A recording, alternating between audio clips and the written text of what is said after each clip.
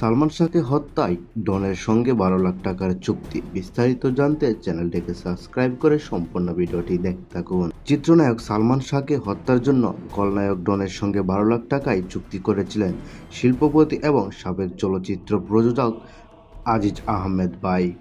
এমন দাবি করেছেন ঢাকা মহানগর পাবলিক প্রসিকিউটর ওমর ফারুকী। রবিবার 9 আগস্ট সালমান শাহ হত্যা মামলায় গ্রেপ্তার ডনকে আদালতে হাজির করা হলে শুনানিতে এ তথ্য জানান যুক্ত রাষ্ট্রপক্ষের আইনজীবী।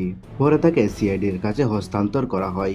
বিকেলে ডনকে আদালতে হাজির করে কারাগারে আটক করার আবেদন করেন সিআইডির পরিদর্শক আরিফুর রহমান।